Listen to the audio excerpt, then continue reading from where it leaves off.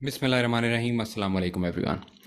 बहुत सारे बच्चे मुझसे अक्सर ये पूछते हैं कि सर हमें बेसिकली अपना ट्रेनिंग पीरियड कब स्टार्ट करना चाहिए। क्या हम स्टार्ट करें पहला पेपर देने के बाद, या हम स्टार्ट करें पूरा क्वालिफाई करने के बाद, या हमें स्टार्ट कर लेना चाहिए F9 के पेपर के बाद। हमें कहाँ ट्रेनिंग करनी चाहिए और कब ट्रेनिंग करनी चाहिए।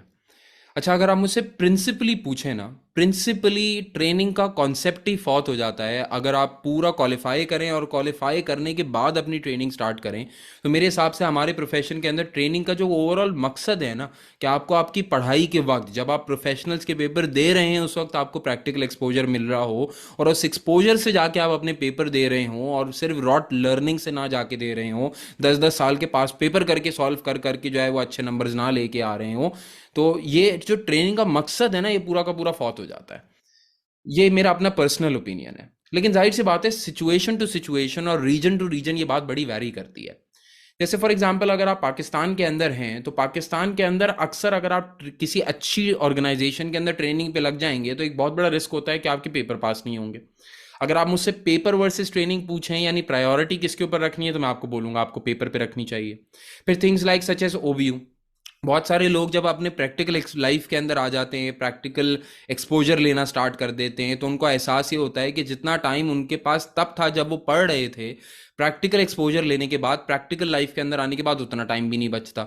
तो वो फिर अपना ऑक्सफोर्ड ब्रुक्स यूनिवर्सिटी का प्रोग्राम के जो है वो कंटिन्यू नहीं करते, उसके अंदर जो है वो शॉर्टकट्स ढूंढने की कोशिश करते हैं, इललेजिट शॉर्टकट्स ढूंढने की कोशिश करते हैं, फिर अपना करियर बर्बाद करते हैं, इधर उधर मारे मारे फिर रहे होते हैं। तो अगर इस पॉइंट ऑफ व्यू से आप मुझसे पूछें कि भाई अगर मेरे पास OBU का पहले ऑप्शन हो और ट्रेनिंग का पहले ऑप्शन हो, तो मैं बोलूँगा जैसे हालात और वाकयात हमारे लोगों के हैं, तो इट्स बेटर कि आप पहले OBU कर लीजिए। अच्छा, अगर आप नॉर्मल से कोई स्टूडेंट हैं, आप पढ़ना भी नहीं चाह रहे, आपकी प्रायोरिटी पेपर भी नहीं है, आप OBU भी नहीं देना चाह रहे, फिर आप ट्रेनिंग भी नहीं करते, तो फिर ये आपके साथ ज्यादती है। मेरे हिसाब से ट्रेनिंग ले लेनी चाहिए।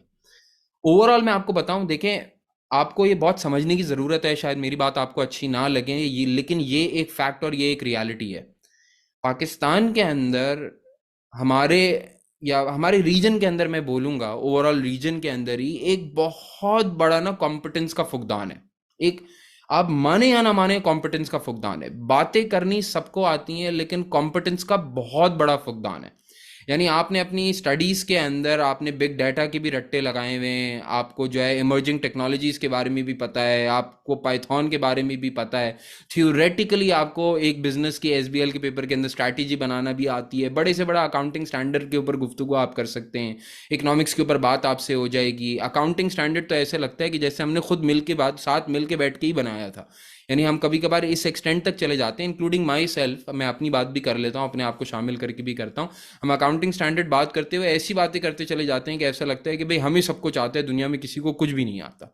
लेकिन देखिए, प्रैक्टिकल लाइफ बिल्कुल ऐसी नहीं होती। जब आप प्रैक्टिकल एक्सपोजर लेने जाएंगे तो आपको थोड़ा सा एहसास होगा कि आप जो थ्योरेटिकली पढ़ रहे थे और जिस कॉन्टेक्स्ट के अंदर आप पढ़ाए जा रहे थे, शायद वो प्रैक्टिकली वैसी चीज़ नहीं होती, या उसका कॉन्टेक्स्ट वो नहीं होता। प्रैक्टिकल लाइफ मांगती है कॉम्पिटेंस, और कॉम्पिटेंस होती है रियल लाइफ कॉम्पिटेंस, काम करने की कॉम्पिटेंस। सिर्फ बातें पता होने की कॉम्पिटेंस नहीं होती, आपको रियल लाइफ में काम करके दिखाना पड़ता है जिसके बारे में आप बात कर रहे होते हैं। तो मेरे हिसाब से आप अच्छी जगह से ट्रेनिंग लें, अच्छी ऑर्गेनाइजेशन से ट्रेनिंग लें, पैसों के ऊपर मत जाया करें।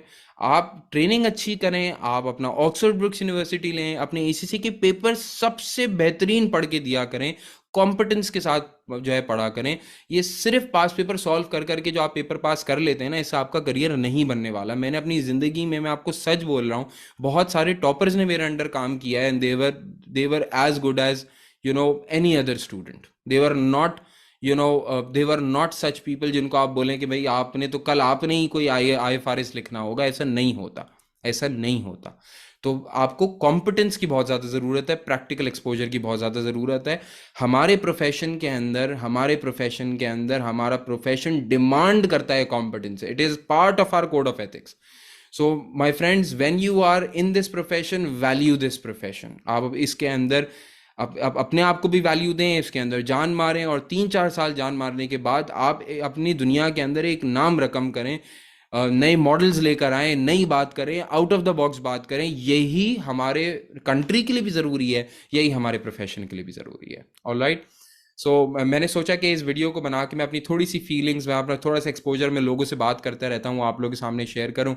मुझे अच्छा लगेगा कि अगर आप मुझसे इंडल्ज होना चाहते हैं, मुझसे कोई अपनी अपनी बात शेयर करना चाहते हैं, आप मुझसे एडवाइस लेना चाहते हैं, आप सबको मेरे पर्टिकुलर्स पता है, you can always engage to me. अगर आप यूट्यूब के ऊपर एंगेज करेंगे तो मुझे ज़्यादा अच्छा लगेगा, सोशल मीडिया के ऊपर एंगेज करेंगे तो वहाँ से और लोगों के लिए फॉलो करना, और लोगों के लिए रीच बढ़ जाती है, किसी और का फ़ायदा हो जाता है, तो वहाँ पे फॉलो करेंगे तो ज़्यादा अच्छा है। Otherwise you know my personal particulars as well.